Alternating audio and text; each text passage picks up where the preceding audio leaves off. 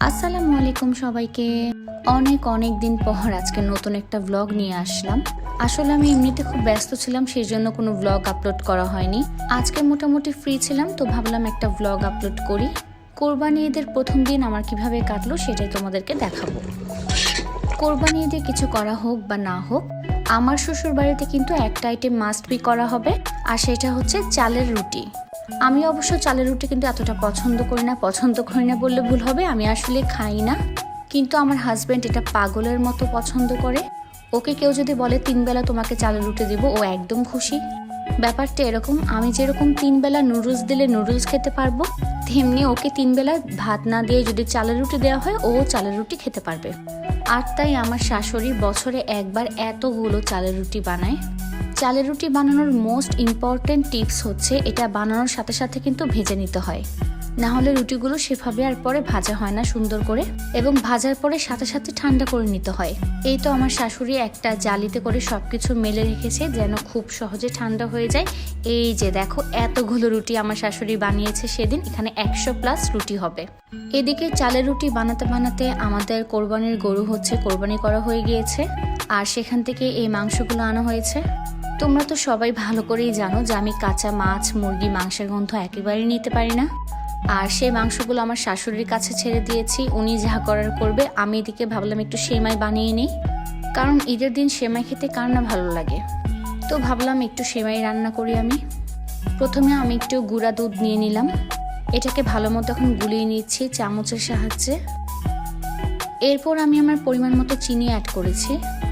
চিনিগুলো একটু নাড়াচাড়ার পরে আমি সেই গোলানো দুধগুলো এখানে মিশিয়ে দিচ্ছি। তারপর ভালো মতো আমি এটাকে মিক্স করব। মিক্স করা হয়ে গেলে একটু লবণ দিব পরিমাণ মতো। তারপর আবার একটু ভালো করে মিক্স করেছি।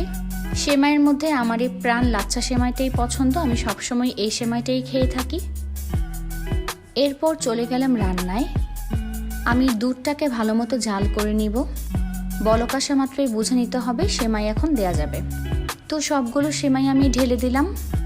তারপর কিছুক্ষণ একটু ভালো মতো নাড়তে চাড়তে হবে। ব্যাস হয়ে গেল রেডি দুধ সেমাই। চালের রুটির সাথে কিন্তু গরুর মাংস মাস্ট। ওইদিকে আমার শাশুড়ি মাংস ভাগাভাগিতে ব্যস্ত, তো ভাবলাম আমি মাংসটা রান্না করে ফেলি। আজকে মাংসটা একদম শর্টকাট ওয়েতে রান্না করব। চালের রুটির সাথে কিন্তু এভাবে মাংস রান্না করলে অনেক বেশি মজা লাগে, সেটাই তোমাদেরকে আজকে দেখাবো। প্রথম এখানে আদা বাটা আমি দিয়ে নিলাম, তারপর পরিমাণ মতো রসুন বাটা। গরুর মাংসে কিন্তু একটু আদা রসুন বাটাটা বেশি হলেই ভালো লাগে। এরপর জিরা বাটা দিয়ে নিলাম, তারপর পরিমাণ মতো হলুদের গুঁড়া, মরিচের গুঁড়া দিয়ে নিব। আমি যেহেতু ঝাল খাবার খেতে বেশি পছন্দ করি, সেজন্য মরিচের গুঁড়াটা আমি একটু ডাবল দিলাম এখানে। তারপর পরিমাণ মতো লবণ দিয়ে দিলাম। এরপর পেঁয়াজ কুচি, আর সব শেষে হচ্ছে গরম মশলাগুলো। তারপর পরিমাণ মতো তেল দিয়ে আমি ভালো মতো হাত দিয়ে মাখিয়ে নিচ্ছি। আমি চাইলে চামচ দিয়েও মাখাতে পারতাম, কিন্তু আমার কেন যেন মন চাইলে একটু হাত দিয়ে মাখাতে। ভালো মতো মাখিয়ে চুলায় বসিয়ে দিয়েছি। ও ভালো কথা, আমি কিন্তু এখানে কোনো রকম পানি অ্যাড করিনি, মাংসের মধ্য থেকেই পানি উঠেছে, সেই পানি দিয়ে আমি রান্নাটা করব। আর এটা হচ্ছে একটা কাঁচা টমেটোর সস, সেটা আমার শাশুড়ি নিজ হাতে বানায়, সেটাই দিয়ে দিলাম। তোমরা বিশ্বাস করো, এখানে এতগুলো রুটি ছিল যে আমার হাত দিয়ে দেখাতে অনেক বেশি কষ্ট হচ্ছিল। ব্যাস এই তো হয়ে গেল গরুর মাংস ভুনা। বেশি টেস্ট করার জন্য এখানে আমি একটু জিরার গুঁড়া দিয়ে নিলাম। এটা অপশনাল, কিন্তু এটার স্মেলটা আমার কাছে অনেক বেশি ভালো লাগে, সেজন্যই দিয়ে দিলাম। তো এই তো এটা হচ্ছে মাংস রান্না করার ফাইনাল লুক। আমার কিন্তু মাংস রান্না করা অলমোস্ট শেষ। এরপর বলক আসা মাত্রই আমি এটাকে নামিয়ে নিব। আমার ঈদের দিন কিন্তু এভাবেই কেটেছে। আজকের ভিডিও এই পর্যন্তই, টাটা।